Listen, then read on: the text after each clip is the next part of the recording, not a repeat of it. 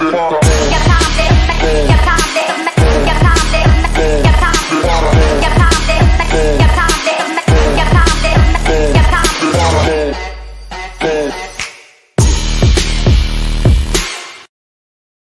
make excuses. You gotta fucking care enough where the shit hurts. You gotta fucking care enough where the shit hurts. It gotta fucking mean something to you. It's more than a job. It's your fucking livelihood. How well do you know your job? How well can you do your job? You can't sugarcoat that shit. If it was in the fucking excusable, man. Shut the fuck up! And yes, I'm still going to always play that clip due to the fact until I see otherwise, Bowles, it's just shut up and coach and do your damn job. What's up, everybody? Good afternoon. Welcome to another great episode of AJ Turnup's Pregame. As always, though, I need y'all to subscribe. The Bucs Report, The Aftermath with my co-host Slick. Also, subscribe to Spotify, Apple Music, or iHeartRadio because that's what we do. We are here to give you the game of football, then the Bucs. We're not like every other source for the Bucs. Again, shout out to Joe Buck, shout out to Ira Kaufman, shout out to the Pewter Report, even shout out to Gerald McCoy. All these other networks doing a fantastic job covering the Bucs. We cover the Bucs, but most importantly, we cover football because that's what's most important. That is what we love, and that's what we're getting into today. The Bucs were given a great lifeline today. Last Sunday, they were given a lifeline due to the incompetence of the Panthers. We're going to be playing this same team today, less than an hour. Bowles, you've had 13 days to prepare for this team. You should already know what to expect.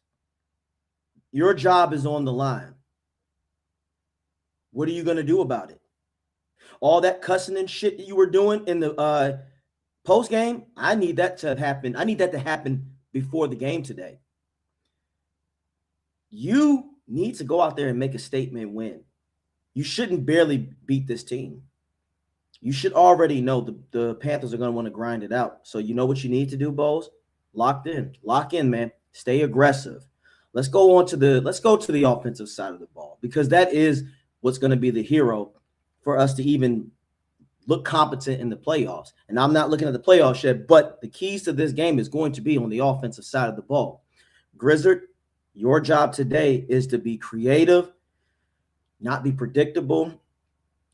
Quite frankly, if I were you, I would use the pass to set up the run. You're playing against a team with a mid-pass rush. You're playing a Panthers defense that doesn't have a solid linebacking core like us. You're playing a Panthers defense that typically uses a lot of zone coverages. So you have all the receivers to your disposal. Mike Evans, Chris Godwin, Emeka, McMillan.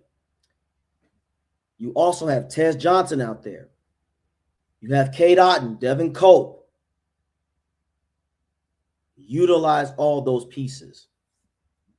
Spread this defense out. Get the tempo faster to keep them on their heels.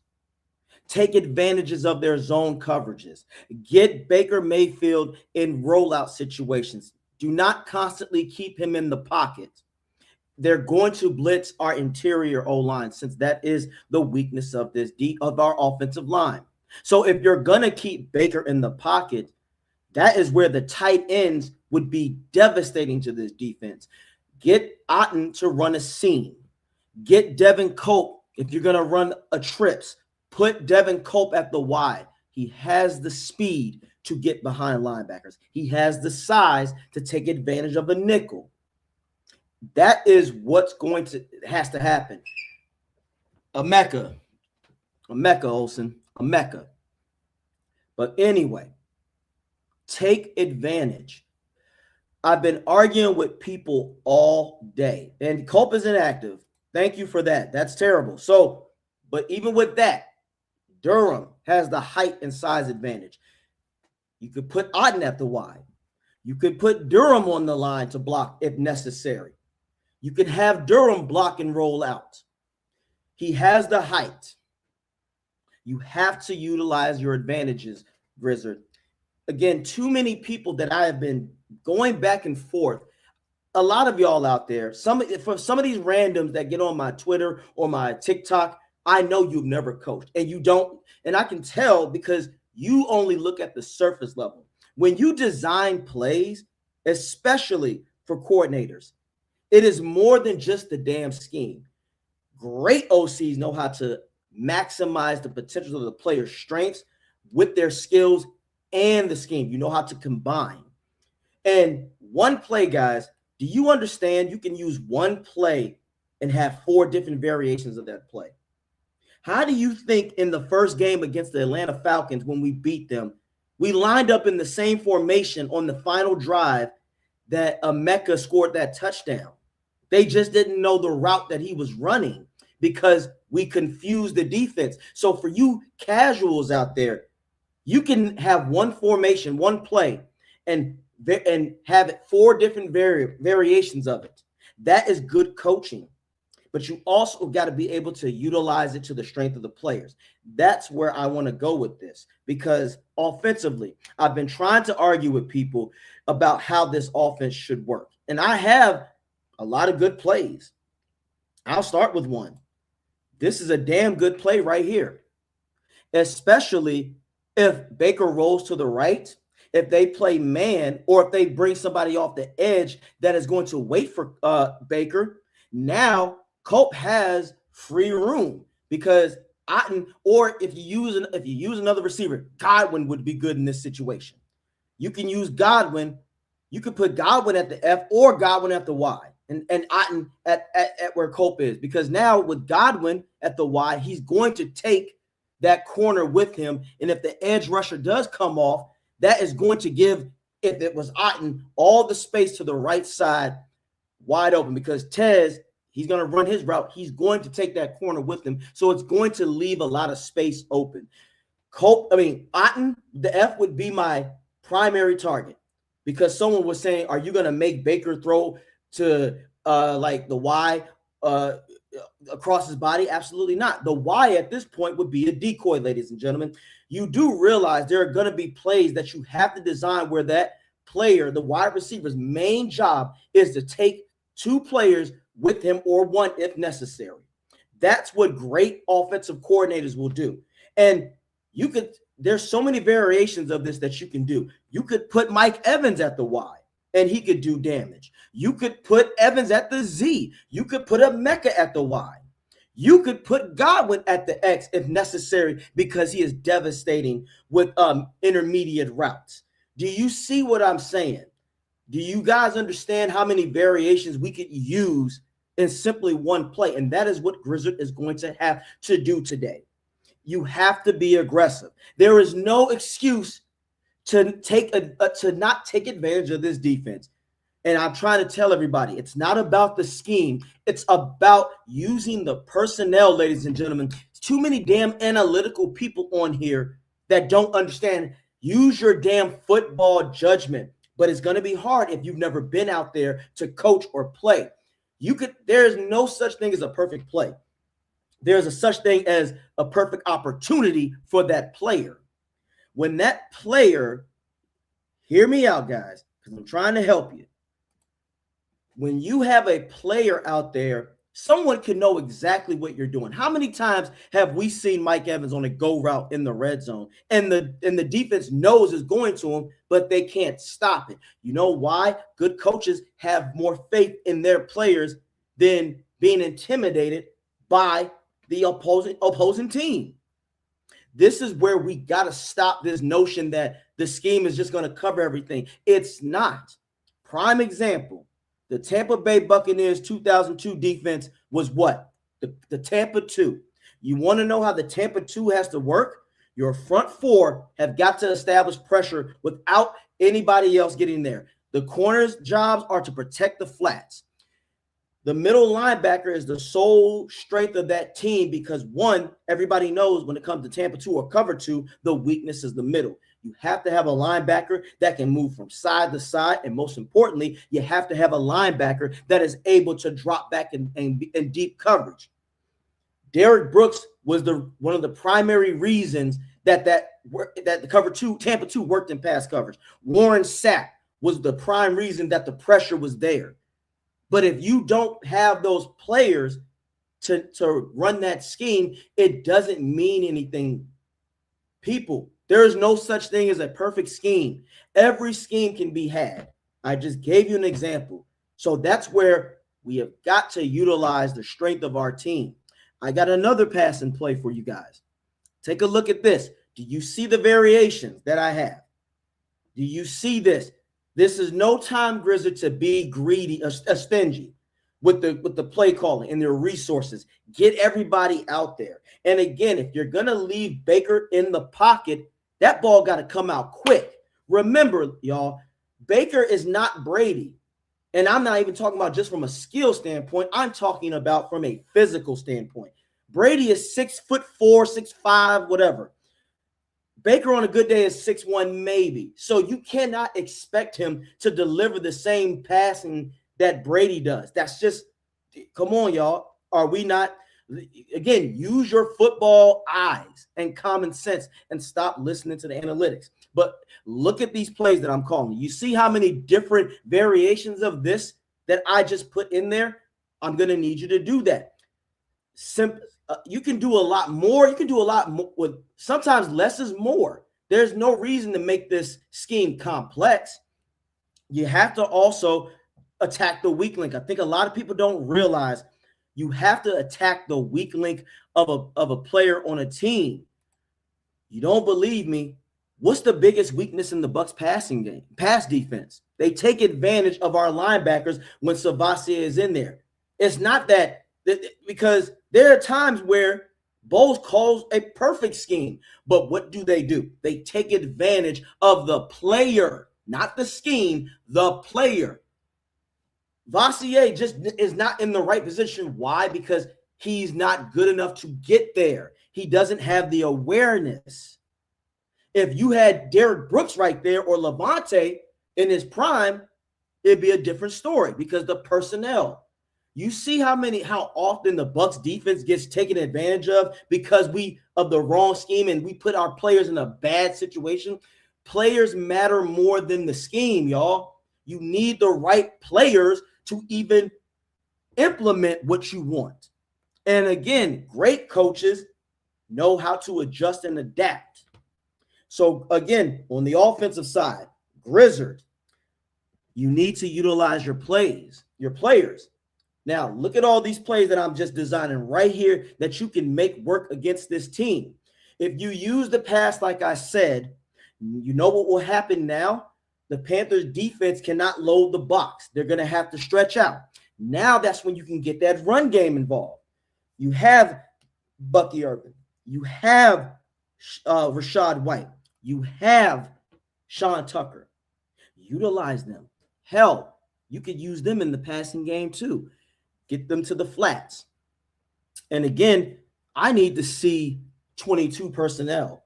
How about you have Rashad and Bucky in? How about you have Bucky and Tucker in? Confuse this defense.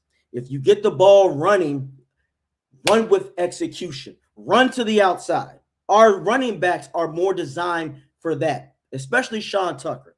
Get Sean Tucker through the C and D gaps. If you have to run through the B or A gap, I suppose you can use Bucky or Rashad, but you can't be predictable about it, Grizzard. You cannot do that shit on a first down because they know it. Get creative. Get the tosses going. That's all I am trying to explain to people out there because we're too predictable. And every time I ask this question, what is the Bucs offensive identity? I get no answer. I get excuses. That's not on Baker, ladies and gentlemen. That is on the coaching staff. And it's far too late in the season to try to establish a legit identity. But with the receiving core at fully healthy, it's a start. It's a start. Get that 10 and 11-man personnel going. Get the run game going. You got to utilize everything.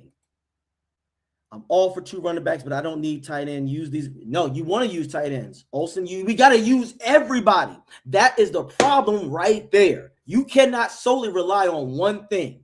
If the offensive line was fully healthy, then I'm with you. but it's not. We got to take advantage of the middle. I'm trying to tell you, Olsen, everybody out there, don't be surprised when you see the Panthers line up and blitz the interior.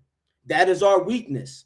That is why I don't want Baker sitting in the pocket. I don't want him to get killed because let's be real. Baker more than likely is at best 70% healthy.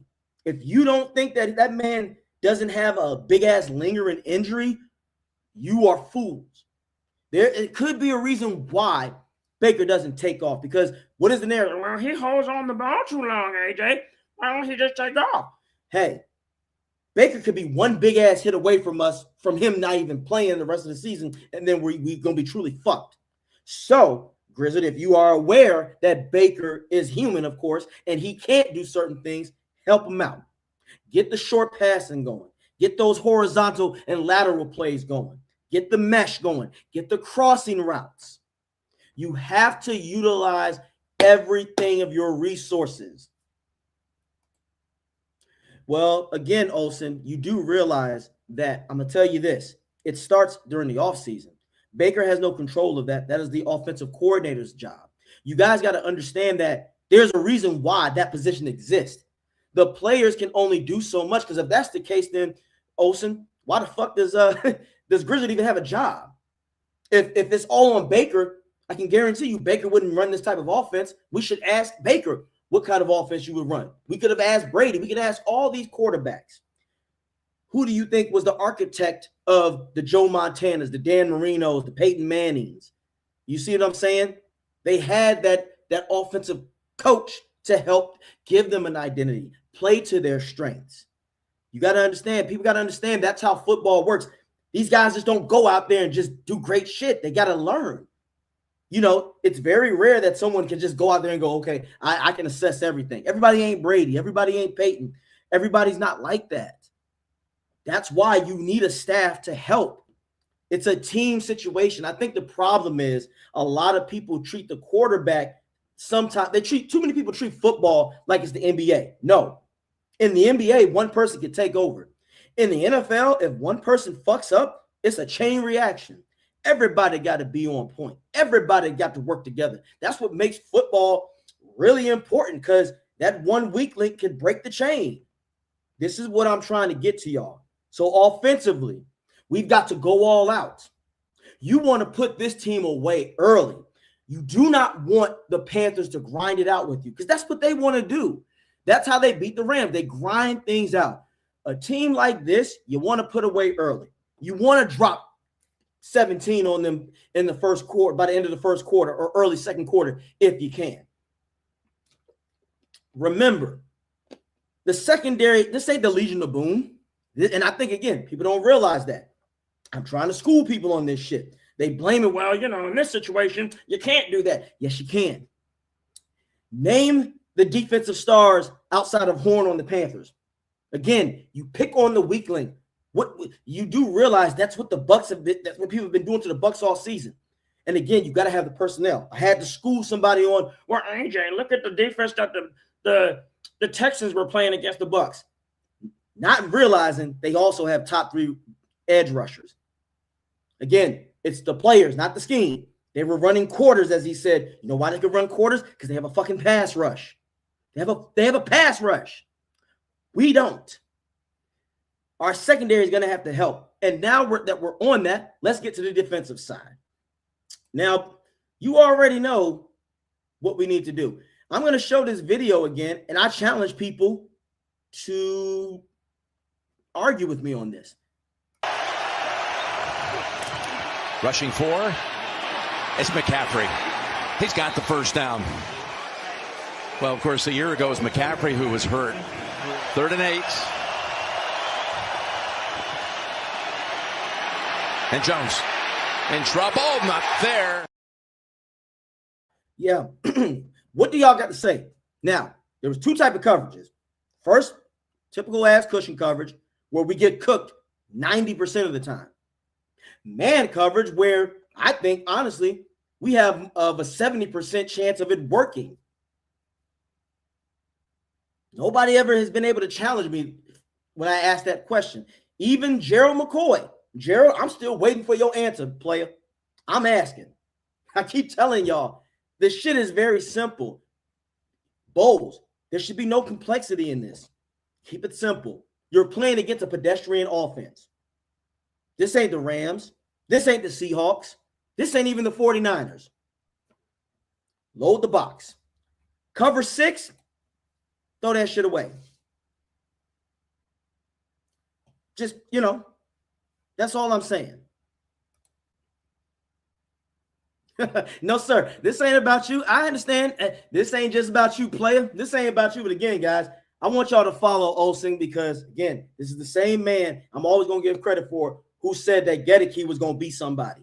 But no, this ain't about you. I know how you feel about Bowles. But what I want people to understand is that if you look at the coverage, why not take advantage of it? Bowles got to be aggressive. There's no reason to play intimidation football. Every time we play intimidation football, when we play not to lose, we lose. Play man. Benjamin Morrison is designed to play more man. Put him on the rookie McMillan. Or you could move them around. Put Dean on him. I guarantee you this. If the Bucs play 40% of their coverages with cover 1 and cover 2, just 40%, we blow out the Panthers. We blow out the Panthers because Bryce Young is not the guy. He's not a precision type passer. What does he like to do? He likes to extend the play on the run. So play more man on him early, blitz earlier, rattle his cage. So if the Bucs can get up 2 possessions, they don't have the capacity to score at will. That's not what they do. They are a grinded out team. And we have far more enough talent to do so. If we play man, I can guarantee you Yaya gets at least a sack and a half. I can guarantee you Vita will get a sack. I can guarantee you that Hassan, even for someone who hasn't showed up most of the season, will go off. We've got to play aggressive on both sides of the ball. For defense, that's it. That's really all you got to do. It's not really much to say, defense. Get your shit together and play aggressive. That's pretty much the ball game right here, guys. Do you want this or not? Bowles, do you want to stay a head coach? Your legacy is at stake. As of right now, you're just a dark-skinned Spagnolia. You're just a better praised defensive coordinator rather than a coach. What you gonna do? The narrative is gonna fall on you. Are you going to man up? Are you gonna go balls to the wall? Are you going to be aggressive? Or are you going to bitch out? It's on you, coach. What you going to do? Grizzard, do you want to be employed in this league? Do you want to get that money? Because I can tell y'all right now, shit is not sweet out here to your everyday worker. Would you like to know the average medium income of people, of your everyday people? They're not making that 1% money y'all making. So, Grizzard, you have this offensive weapons at your disposal. Everybody's looking at that. Bowles, you have more than enough pieces to take down an inferior offense. It's going to be up to you. Again, I'll go back to my thesis statement. Offensively, spread the ball out. Use the pass to set up the run. Get the tempo faster to make this defense tire them out. Use the run game, 22 personnel. Get 2 backs in there to confuse this defense. On defense, simply play aggressive. Play aggressive early. Blitz a little early. Until we are up 27-0 and it's the 3rd quarter, about to be the 4th quarter, then we can go to cover 6. So with that being said, I'm about to be out and go watch this game. Thank you all for looking at AJ Turner's pregame show. Again, I need y'all to check out Bucs Report, The Aftermath, with my co-host Slick. You need to subscribe to our YouTube channel. Also, Spotify, Apple Music, iHeartRadio. Check me out, AJ_turnup on TikTok as I stay cooking people because they can't give me the damn basic answers. I don't get on there to intentionally cook. I get on there to talk football, but you got people out there who swear they know stuff. But also, look at my tweets on Twitter, AJ_turnup. So I appreciate you all. Take care of yourselves. Go Bucs and Bowles. Do you want this or not?